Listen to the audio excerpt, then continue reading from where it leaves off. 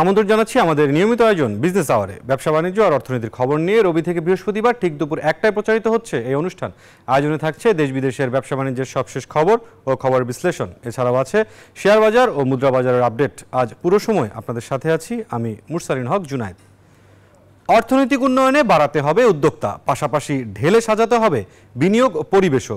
শনিবার আন্তর্জাতিক প্লাস্টিক পণ্য মেলার শেষ দিনে আয়োজিত প্লাস্টিক বিষয়ক সেমিনারে অর্থনীতির উন্নয়নে খাত সংশ্লিষ্টদের আলোচনায় এসব কথা উঠে আসে। এছাড়া অন্তর্বর্তী সরকারের কাছে প্লাস্টিক শিল্পপল্লী দ্রুত প্রস্তুতের আহ্বান জানিয়েছে গবেষণা সংস্থা সিপিডি। 2023-24 অর্থ বছরে দেশ থেকে $10,73,00,000 প্লাস্টিক পণ্য রপ্তানি হয়। পৃথিবীতে অনেক কিছুর বিকল্প প্লাস্টিক, তবে সারা বিশ্বে $850 বিলিয়নের বাজারে বাংলাদেশ অনেকটাই পিছিয়ে। শনিবার রাজধানীর ইন্টারন্যাশনাল কনভেনশন সিটি বসুন্ধরায় আইসিসিবি আন্তর্জাতিক প্লাস্টিক মেলার 17তম আসরের সমাপনীতে এক সেমিনারে এসব কথা উঠে আসে। পৃথিবীতে প্রায় $800-850 বিলিয়ন এই ইকোনমিটা, প্লাস্টিকের ইকোনমিটা। তো সেই জায়গায় আমাদের কন্ট্রিবিউশন অনেক কম, বাট আমরা আস্তে আস্তে যাচ্ছি। বাংলাদেশে প্লাস্টিকের পার ক্যাপিটা কনজাম্পশন হচ্ছে এখন 13 থেকে 14 কেজি, ঢাকাতে মনে একটু বেশি। বক্তারা বলেন, আরএনজি খাতের পর প্লাস্টিক শিল্পের অর্থনৈতিক উন্নয়ন বাড়াতে হলে উদ্যোক্তা বাড়ানোর পাশাপাশি বিনিয়োগ পরিবেশকে ঢেলে সাজাতে হবে। আমাদের দেশের মতো জনবহুল দেশে ম্যানুফ্যাকচারিং না বেড়ে যদি সার্ভিস বাড়তে থাকে, এটা সাময়িক স্বস্তি, এটা সাস্টেইন করবে না। মানুষের আয় যত বৃদ্ধি পাবে প্লাস্টিক ব্যবহার তত বাড়বে, তবে প্লাস্টিককে করতে হবে পরিবেশ বান্ধব। পরিবেশকে অটুট রেখে এই শিল্পকে এগিয়ে নিয়ে যেতে হবে। বৈশ্বিক বাজারে নিজেদের পরিচিতি বাড়ানোর তাগিদ দেন সিপিডির গবেষণা পরিচালক। সরকারও কনফিউজ থাকেন, প্লাস্টিক বলতে সবার জন্য একই পলিসি নিয়ে আসেন, তখন কেউ উপকৃত হয়, কেউ হয় না, কেউ আবার এখান থেকে বেরিয়ে যেতে চায়, কেউ আবার নিজের মতো এগুতে চায়। তাতে করে সামগ্রিকভাবে কিন্তু প্লাস্টিকের এগুলোটা হচ্ছে না। প্লাস্টিক শিল্প পল্লীগুলো কিভাবে পূর্ণ মাত্রায় প্রস্তুত করে দ্রুততর সময়ে সেটিকে এই ফ্যাক্টরি রিলোকেশনের জন্য তৈরি করে দেয়া যায়, এই কাজটি আমার মনে হয় যে সরকারের দ্রুততম সময়ে চিন্তা করার দরকার আছে। তিনি আরো বলেন, একবার ব্যবহার উপযোগী প্লাস্টিক বাদ দিলে এর বিকল্প পণ্য উৎপাদন করতে হবে। অন্তর্বর্তী সরকারের কাছে প্লাস্টিক শিল্পপল্লী দ্রুত প্রস্তুতেরও আহ্বান জানান তিনি। সরকারের সাথে আলাপ আলোচনা করেন কি কি জিনিস আপনাদের দরকার। মরিয়ম আজিজ মৌরিন, নিউজ 24, ঢাকা। দর্শক, গতকাল শনিবার শেষ হলো 17তম আন্তর্জাতিক প্লাস্টিক প্রিন্টিং এবং প্যাকেজিং ইন্ডাস্ট্রি ফেয়ার 2025। সার্বিক আয়োজন, প্লাস্টিক শিল্পের সম্ভাবনা ও চ্যালেঞ্জ এবং সেই সাথে পরিবেশগত ঝুঁকি নিয়ে আজ আমাদের সাথে আলোচনায় অনলাইনে যুক্ত হয়েছেন বাংলাদেশ প্লাস্টিক পণ্য উৎপাদক ও রপ্তানিকারক সমিতির সভাপতি শামীম আহমেদ। আমাদের আজকের আলোচনার বিষয় আলোচনা ও সমালোচনার প্লাস্টিক শিল্প খাত। আমরা শামীম আহমেদকে স্বাগত জানাতে চাই আমাদের আজকের আলোচনায়। শামীম আহমেদ, গতকাল আপনারা 4 দিনব্যাপী একটি ফেয়ার, আন্তর্জাতিক একটি ফেয়ার শেষ করেছেন।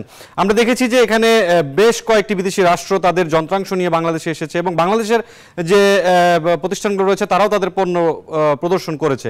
সার্বিকভাবে এই ধরনের মেলা আসলে এক ধরনের যোগাযোগের বৃদ্ধিতে বেশি কাজ করে। কেমন সম্পর্ক স্থাপন হলো বিদেশি কোম্পানিগুলোর সাথে বাংলাদেশি প্রতিষ্ঠানগুলোর? জি, কথা স্পষ্ট আসছে এবং ইকো হচ্ছে, কথাতে কথা বোঝা যায় না। তবে আপনি বোধহয় মেলা নিয়ে আমাকে কোনো প্রশ্ন করেছেন। বিদেশি প্রতিষ্ঠানগুলো যারা এসেছে আমাকে মেলা নিয়ে কোনো প্রশ্ন করেছেন? প্রতিষ্ঠানগুলোর সম্পর্ক কেমন স্থাপিত হলো এই বিষয়ে জানতে চাচ্ছি।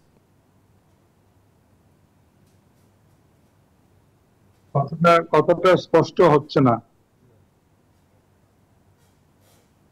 বিদেশি প্রতিষ্ঠানগুলো যে এসেছে এই মেলায়, তাদের যে যন্ত্রাংশ তার সাথে বাংলাদেশের যে প্রতিষ্ঠান, তাদের মধ্যে কেমন সম্পর্ক স্থাপিত হলো এই মেলার মাধ্যমে? আমরা গতকাল 12 থেকে 15 তারিখ পর্যন্ত আমাদের মেলা ছিল। গতকালকে আমাদের মেলাটা শেষ হয়েছে এবং আমাদের এখানে লোকাল পার্টিসিপেন্ট ছিলেন প্রায় 200 এবং ফরেন পার্টিসিপেন্ট ছিলেন অ্যারাউন্ড 600, টোটাল 800 পার্টিসিপেন্ট ছিলেন এবং ভিজিটার ছিল, বায়ার ছিলেন, ফরেন বায়ার প্রায় 1500 ফরেন বায়ার এসেছিলেন এবং আমাদের পণ্যের গুণগত মান এবং দেখে তারা অত্যন্ত আনন্দিত হয়েছেন এবং আমার মনে হয় তাদের অনেকগুলো ডিমান্ড আমরা মিট আপ করতে পেরেছি। সো উই আর এক্সপেক্টিং যে নতুন অর্ডার আসবে, ভালো ভালো অর্ডার গুলো আমরা পাবো লোকাল কোম্পানি গুলা। আর ফরেন কোম্পানি যেগুলো এসছে, ফরেন কোম্পানি যারা এসছেন তারা টেকনোলজি নিয়ে আসছেন, মেশিনারিজ নিয়ে আসছেন, ইকুইপমেন্ট নিয়ে আসছেন, সেগুলোরও একটা সম্ভাবনা আছে। তো খুব শিগগিরই যে সম্ভাবনা হবে তা নয়, বিকজ আপনারা জানেন যে আমাদের ব্যাংকিং সেক্টরে ফাইন্যান্সিয়াল একটা প্রবলেম চলছে। তো আমরা আশাবাদী যে এই বছরে আরো মাস ছয়েকের মধ্যে ব্যাংকিং সেক্টর ফাইন্যান্সিং এ একটা নর্মাল সিচুয়েশন আসবে বাংলাদেশে। তখন হয়তো যারা এই ধরনের মেশিন টেকনোলজি কিনতে চান তারা হয়তো কিনতে পারবেন এবং তারা তাদের সাশ্রয়ী ফাইন্যান্সিংটা পাবেন। আর আমি মেলাতে বলি যে মেলা যে আঙ্গিকে হয়েছে এবং আমরা অত্যন্ত খুশি যে মেলাতে যে সাপোর্টটা দিয়েছে আইসিসিবি এবং আইসিসিবির যে টোটাল সেটআপটা, that was of much international standard, এবং তাদের ইকুইপমেন্ট, তাদের air conditioning, dust free situation, catering, security, সবকিছুতে উই আর ভেরি হ্যাপি। এবং ফরেন যারা বাইরে এসেছিলেন তারা অত্যন্ত হ্যাপি যে বাংলাদেশে এইরকম একটা মেলা আমরা করতে পেরেছি। জি শামীম আহমেদ, পরিবেশের ঝুঁকি এবং পলিথিন এই বিষয়টি নিয়ে কিন্তু অনেক ধরনের সমালোচনা রয়েছে, আন্দোলন রয়েছে, প্রতিবাদ রয়েছে। আপনাদের যে সমিতি তার পক্ষ থেকে সমালোচনা মুখর যে প্লাস্টিক থেকে যেই পণ্যটি উৎপাদন হয় সেটি প্রতিহত করার জন্য আপনাদের সমিতির কোনো পদক্ষেপ বা চিন্তা আছে কিনা? জানি না আসলে পুরো শব্দটা আমি জানি না কোনো, মানে আপনি জানতে চাচ্ছেন যে প্লাস্টিক পণ্যের যে ব্যবহার সেগুলা দিন দিন বাড়ছে কিনা এবং কি পর্যায়ে, এটাই জিজ্ঞাসা করেছিলেন আপনি? না শামীম আহমেদ, সেই প্রশ্নে আমরা পরে আর প্রথম যে প্রশ্নটি করতে চেয়েছি সেটি হচ্ছে যে একবার ব্যবহারযোগ্য যে পলিথিন যেটি আসলে প্লাস্টিক থেকে উৎপাদিত হয় এটি নিয়ে ব্যাপক সমালোচনা রয়েছে, সেই জায়গাটি নিয়ে আপনাদের কোনো করণীয় কিছু আছে কি? পলিথিন, থিন প্লাস্টিক পলিথিন নিয়ে কথা উঠিয়েছেন। পলিথিন তো সরকার 2002 সালে ব্যান করেছেন এবং এটা তো আসলে একটা ব্যান্ড আইটেম। হ্যাঁ, এটা সার্টেন মাইক্রন থেকে কম মাইক্রনের polythene, shopping bag, polythene bag এগুলো ব্যান করা হয়েছে 2002 সালে। কিন্তু যেহেতু এটার একটা মার্কেট ডিমান্ড আছে এবং এই জন্য হয়তো আমাদের কিছু কিছু মার্কেটে অ্যাভেলেবল হয়, সেটা থেকে রাতারাতি কাস্টমার সরে আসতে পারবে না, বিকল্প নাই।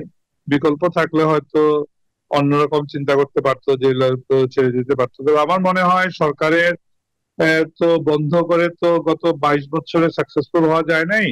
এইটার জন্য বর্জ্য ব্যবস্থাপনা এবং অ্যাওয়ারনেস ডেভেলপমেন্ট, এই দুইটাতে যদি সরকার জোর দেন এবং আমাদের এনজিও যারা আছে তারা যদি এই দুইটাতে কাজ করেন, তাহলে আমার মনে হয় এটা দলের নেতৃত্বকে ঠিক করবেন। ঠিক একইভাবে এখন সামনে সময় এসেছে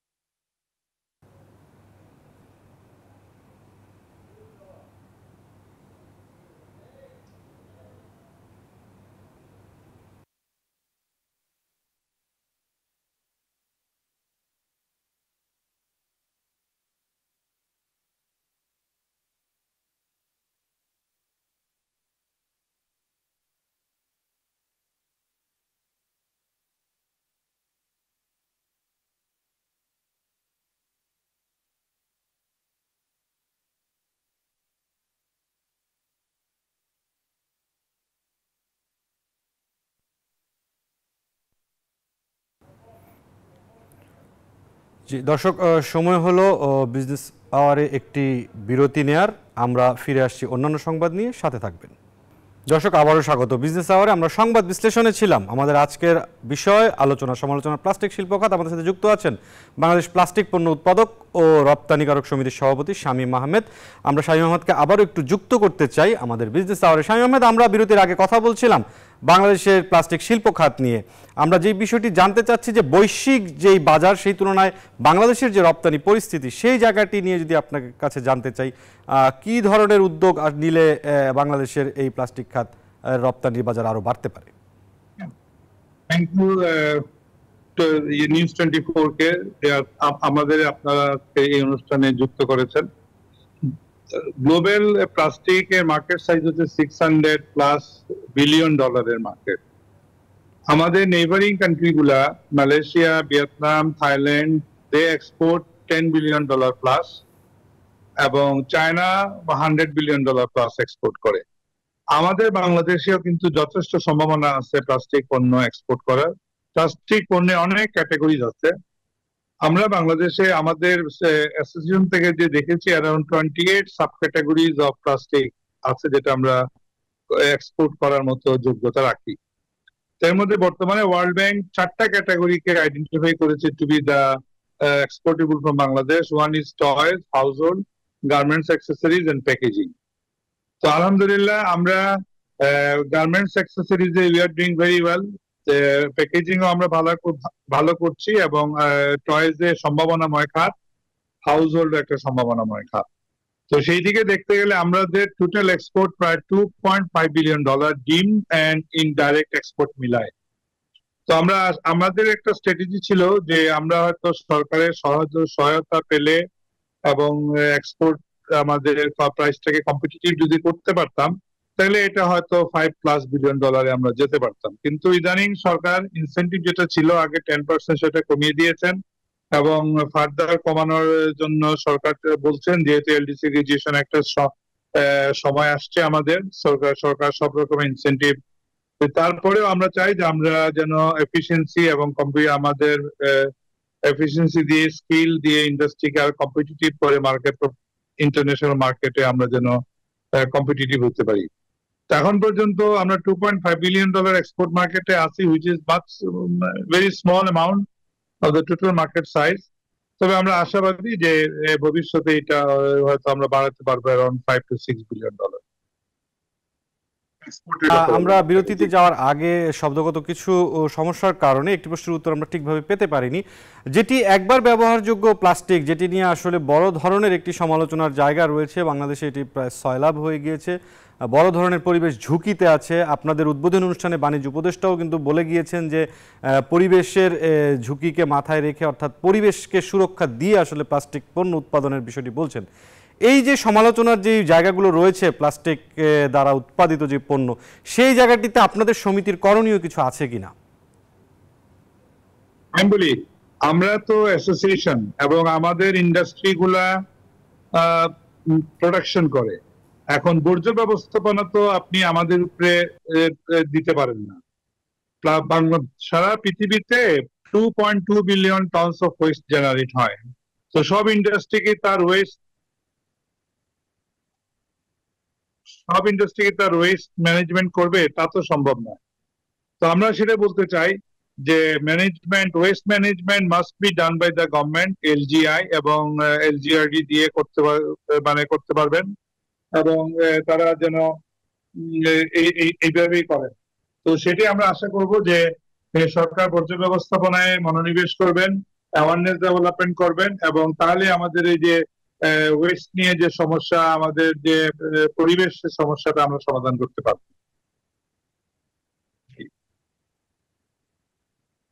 যুক্ত হওয়ার জন্য বিজনেস আওয়ারে আপনাকে অসংখ্য ধন্যবাদ।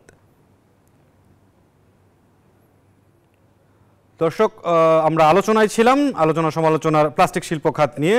আমরা যাচ্ছি আর একটি বিরতিতে, ফিরবো অন্যান্য সংবাদ নিয়ে, সাথেই থাকুন। আবারও স্বাগত জানাচ্ছি বিজনেস আওয়ারে।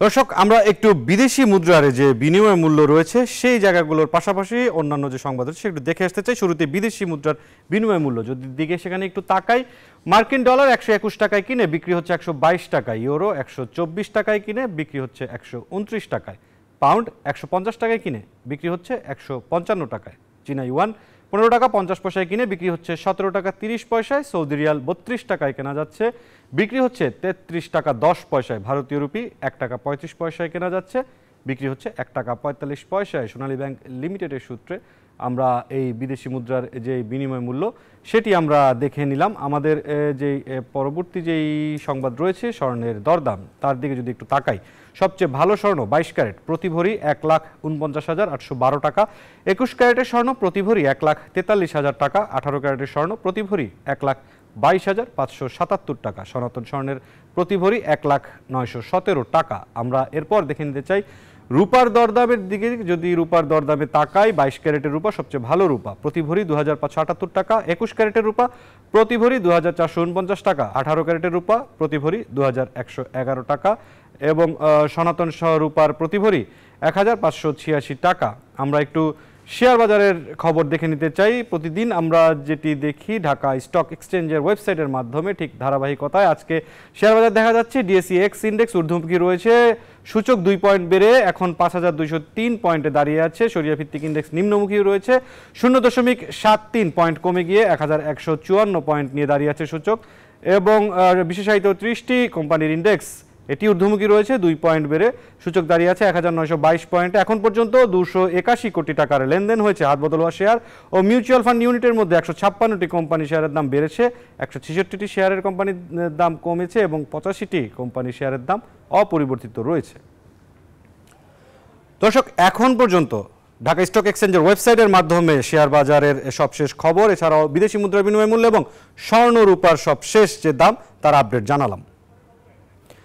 দর্শক, আমরা চলে যাচ্ছি আমাদের পরবর্তী যেই সংবাদগুলো রয়েছে আমাদের ধারাবাহিকভাবে, সেই সংবাদগুলোতে আমরা যেতে চাই।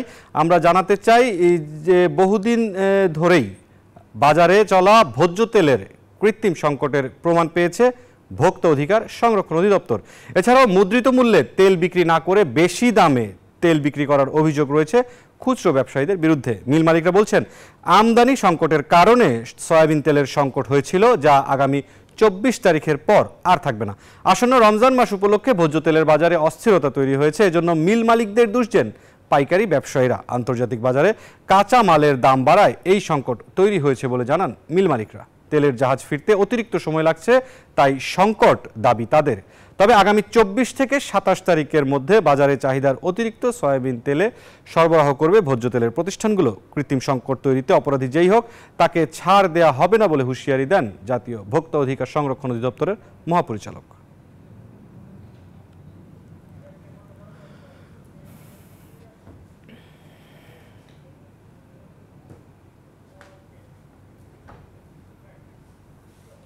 এবারে বন্দর বাণিজ্যের খবর।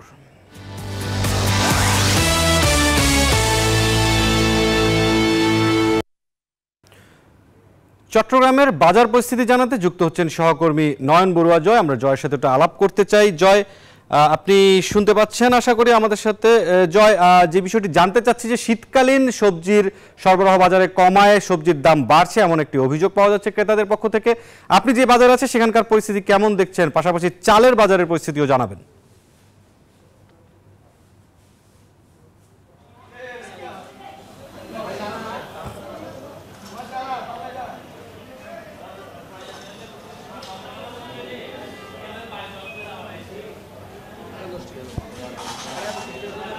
ধন্যবাদ মুসলিম আপনাকে। আমি একটু বাজার দেখাতে যাচ্ছি। এখন শীতকালীন যে সবজি এতদিন ভরপুর ছিল বাজারে, তবে শীতকালীন সবজি আমরা দেখছি কিছুটা সংকটের কথা বলছেন, তবে বাজারে দেখা যাচ্ছে দামটা আস্তে আস্তে বাড়তে শুরু করেছে।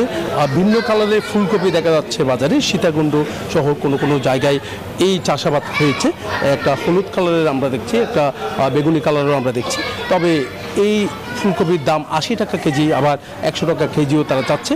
একই সাথে স্বাভাবিক সময়ে আমরা যে ফুলকপিটা আমরা সবসময় পাই, তো সেই ফুলকপি এখন যেখানে 10 টাকা করে বিক্রি করা হয়েছিল যে ফুলকপি মুসালিন, আপনি জানেন যে যেখানে 15 টাকা করে বিক্রি করা হয়েছে, এমনকি যারা কৃষক তারা ফেলে দিয়েছে, কেটে ফেলে দিয়েছে, এরকম দৃশ্য কিন্তু আমরা আমাদের চোখে পড়েছি। সেই ফুলকপির কেজি এখন 30 টাকা হয়ে যাচ্ছে, তো কয়েকদিন পর আরও বাড়বে বলে তারা মনে করছেন। বেগুনের দামও আমরা দেখছি এখন 60 থেকে 50 টাকা কেজিতে তারা বিক্রি করছে। আবার বরবটির 100 টাকা পর্যন্ত বিক্রি করা হচ্ছে, যেখানে 40 থেকে 50 টাকা কেজিতে বিক্রি করা হয়েছিল সেই বরবটি এখন 100 টাকা কেজিতে বিক্রি করছে। শিমের কেজিও এখন আমরা দেখছি 50 টাকার নিচে নেই। তো বেশিরভাগ সবজির দাম আমরা দেখছি এখনও অনেক বেশি, তবে আলুর দামটা আমরা দেখছি এখনও পর্যন্ত কম আছে। 20 টাকা থেকে 25 টাকা কেজিতে আলু বিক্রি করা হচ্ছে। একই সাথে টমেটোর দামটাও কিছুটা কম আছে বাজারে। তো অন্যান্য যে সবজি আছে সব ধরনের সবজির দাম এখন অনেক বেশি। সবচেয়ে দাম বেশি আমরা দেখছি চট্টগ্রামে উৎপাদিত চট্টগ্রামের লাল আলু নামে পরিচিত এই আলু চট্টগ্রামের মানুষ খুব পছন্দ করে। সালিন, আপনি দেখতে পাচ্ছেন এই আলুর দামটা আমরা দেখছি কিছুদিন আগে আরও বেশি ছিল, এখন এই আলু কিন্তু তারা বিক্রি করছে 50 থেকে 60 টাকা কেজিতে বিক্রি করা হচ্ছে। তবে সবজির দাম যদি এইভাবে বাড়তে থাকে তাহলে সামনে যে রমজান, তো একদিকে নিত্যপণ্যের দাম বেশি, একই সাথে যে সবজির দাম যেখানে একেবারে স্বস্তি ফিরেছিল যে ক্রেতাদের, এই সবজির দামও দেখা যাচ্ছে অনেকটা বাড়ছে। একই সাথে আমরা দেখলাম চালের বাজার ঘুরে যেমনটা দেখেছি, চালের দাম এখনো পর্যন্ত আগের মতো আছে, কোনো বাড়ে নাই, কিন্তু যেভাবে বেড়েছে বস্তাপতি 300 থেকে 350 টাকায় গিয়ে ঠেকেছে, সেখানেই কিন্তু আমরা দেখছি সেইভাবে আছে। 50 টাকার নিচে কোনো 1 কেজি চাল কিন্তু পাওয়া মুশকিল বলে মনে করছেন। একটু ভালো মানের চাল যদি নিতে চাই তাহলে 90 থেকে 100 টাকা, আবার একটু কম মানের যদি নিতে চাই তাহলে কিন্তু একেবারে যদি নিম্নমানের যদি চাল আমরা নিতে চাই তাহলে 60 থেকে 65 টাকা পর্যন্ত নিতে হচ্ছে। এই ছিল আমার এখানকার সর্বশেষ। ফিরে যাচ্ছে স্টুডিওতে মুসালিনের কাছে। জি জয়, আপনাকে ধন্যবাদ। দর্শক, চট্টগ্রামের বাজার পরিস্থিতি জানাচ্ছিলেন সহকর্মী নয়ন বড়ুয়া জয়। দর্শক, এবারে জনপদে শিল্প ও বাণিজ্যের খবর।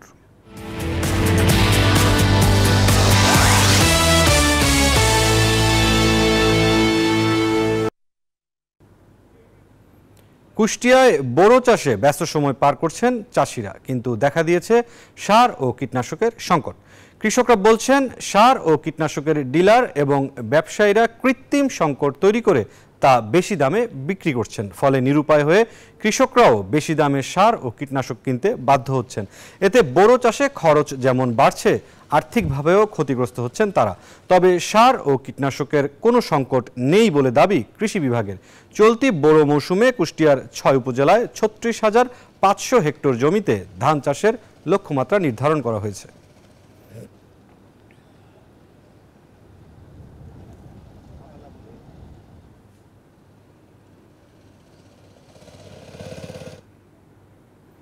কুষ্টিয়ায় বোরো আবাদ পরিস্থিতি নিয়ে জানাতে যুক্ত হচ্ছেন সহকর্মী মাহতাবউদ্দিন লালন। মাহতাব, বোরো আবাদের জন্য কি ধরনের সহযোগিতা প্রয়োজন চাষিদের জানাবেন।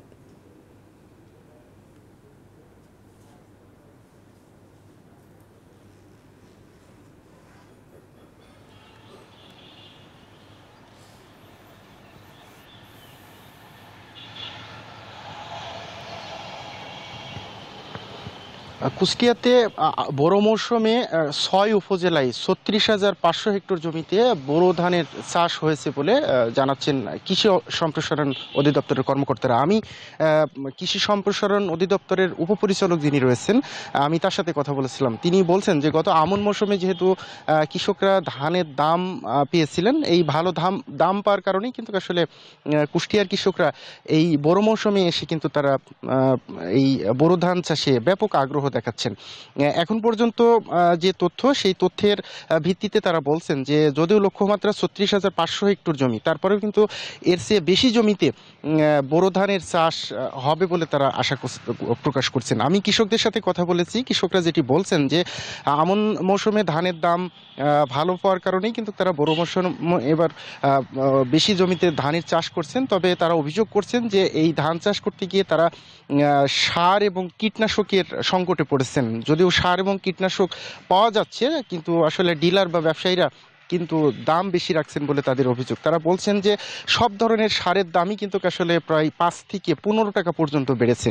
কীটনাশকের দাম, কিছু কিছু কীটনাশক প্রায় তাদেরকে গত মৌসুমের থেকে এ মৌসুমে এসে অর্ধেকেরও বেশি দামে কিন্তু আসলে তাদেরকে কিনতে তারা বাধ্য হচ্ছেন। তারা যেটি বলছেন যে আসলে এই সার এবং কীটনাশকের মূল্য যদি আসলে নির্ধারণ করা সম্ভব না হয় বা নিয়ন্ত্রণে রাখা সম্ভব না হয়, সেই ক্ষেত্রে কিন্তু বোরো মৌসুমে তাদের যে আসলে ধানের চাষাবাদ, সেই চাষাবাদে খরচ বাড়বে, ফলে কিন্তু আসলে তারাও ক্ষতিগ্রস্ত হবেন। তারা বলছেন যে এই বাজারটি নিয়ন্ত্রণের জন্য আসলে সরকারিভাবে উদ্যোগ নিতে হবে। তো এই ছিল আসলে আমার কাছে বোরো চাষের কুষ্টিয়ার আসলে সর্বশেষ।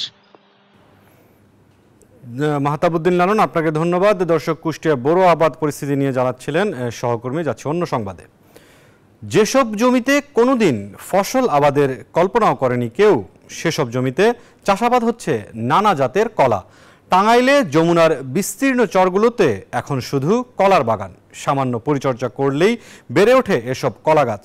রোগবালাই কম থাকায় কলা আবাদের ঝুঁকি কম হওয়ায় কলা চাষে ঝুঁকছেন চাষিরা। টাঙ্গাইল থেকে আহমেদ রাসেলের তথ্যচিত্রে ডেস্ক রিপোর্ট।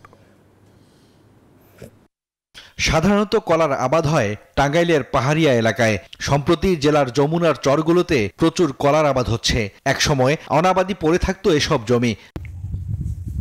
এখানকার উৎপাদিত কলা চলে যাচ্ছে দেশের বিভিন্ন জেলায়। লাভজনক হওয়ায় কলা আবাদ করে খুশি কৃষক। আমি এখানে অন্য ফসল কাটলেও নিতে পারি না, এই কারণে কলার আবাদ করছি।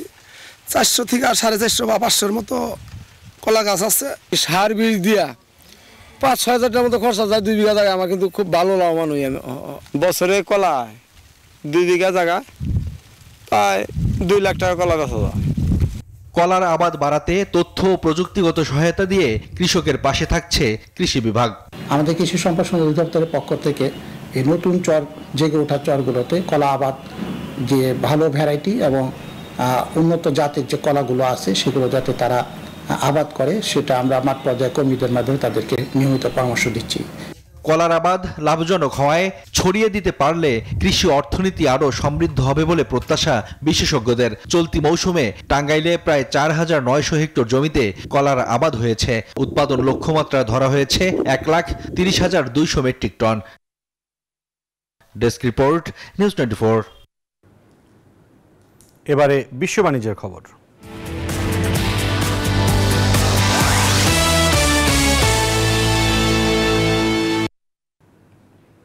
গেল জানুয়ারিতে ভারতে মূল্যস্ফীতি কমেছে। এ মাসে দেশটির পাইকারি বাজারে জিনিসপত্রের দাম কমে 2.31% নেমেছে, যা পূর্ববর্তী ডিসেম্বরের 2.37% ছিল।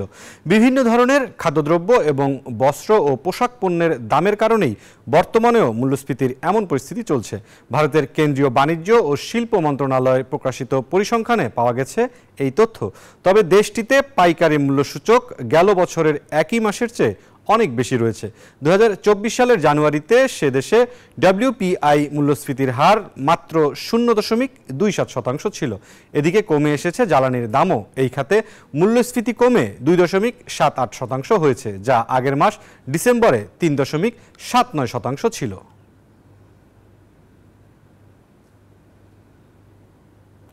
আটলান্টিক মহাসাগরের পাশে ইউরোপের উন্নত দেশ আয়ারল্যান্ড। এই দেশটিতে রয়েছে উচ্চ শিক্ষা গ্রহণের দারুণ সুযোগ। বর্তমান সময়ে এই সুযোগ কাজে লাগাতে মরিয়া আগ্রহী বিদেশি শিক্ষার্থীরা। আয়ারল্যান্ড থেকে বিস্তারিত জানাচ্ছেন সমীর কুমার ধর। উচ্চতর ডিগ্রির জন্য পড়াশোনা করতে যারা আগ্রহী তাদের জন্য আয়ারল্যান্ডে রয়েছে বেশ কয়েকটি বিশ্ববিখ্যাত বিশ্ববিদ্যালয়, যার মধ্যে রয়েছে প্রথম পর্যায়ে ট্রিনিটি কলেজ ডাবলিন ইউনিভার্সিটি। 1992 সালে প্রতিষ্ঠিত এই বিশ্ববিদ্যালয়টি 430 বছর পরেও সগৌরবে এগিয়ে চলেছে। জগৎ বিখ্যাত এই ট্রিনিটি কলেজ ডাবলিন ইউনিভার্সিটি, যেখানে science, arts, social science, business বিষয়ে প্রায় 4 শতাধিক বিষয় রয়েছে। Under graduate, post graduate, PhD এবং পোস্ট ডক্টরাল পড়াশোনার সুযোগ সুবিধা নিয়ে। গবেষণা বিষয়ক বিষয় নিয়ে পড়াশোনার ক্ষেত্রেও আয়ারল্যান্ড 1 নম্বর বিশ্ববিদ্যালয় এই ট্রিনিটি। বাংলাদেশে যারা উন্নত বিশ্বে উচ্চতর ডিগ্রি নিয়ে পড়াশোনা করতে আগ্রহী তারা নিজেই অনলাইনে সরাসরি ভর্তির ব্যাপারে যোগাযোগ করে নিতে পারেন। আন্তর্জাতিক বা নন ইউরোপিয়ান ছাত্রছাত্রীদের জন্য মেধাভিত্তিক বৃত্তি বা স্কলারশিপের ব্যবস্থা রয়েছে, যার পরিমাণ বার্ষিক 5 থেকে 30,000 ইউরো পেতে পারে। বাংলাদেশের মেধাবী ছাত্রছাত্রীরা নিজেরাই সরাসরি আবেদন করে নিতে পারেন তার কি কি বিষয়ে পড়াশোনা করতে চান। সমীর কুমার ধর, নিউজ 24, ডাবলিন, আয়ারল্যান্ড। এই ছিল বিজনেস আওয়ারের আজকের আয়োজনে। সাথে থাকার জন্য ধন্যবাদ সবাইকে।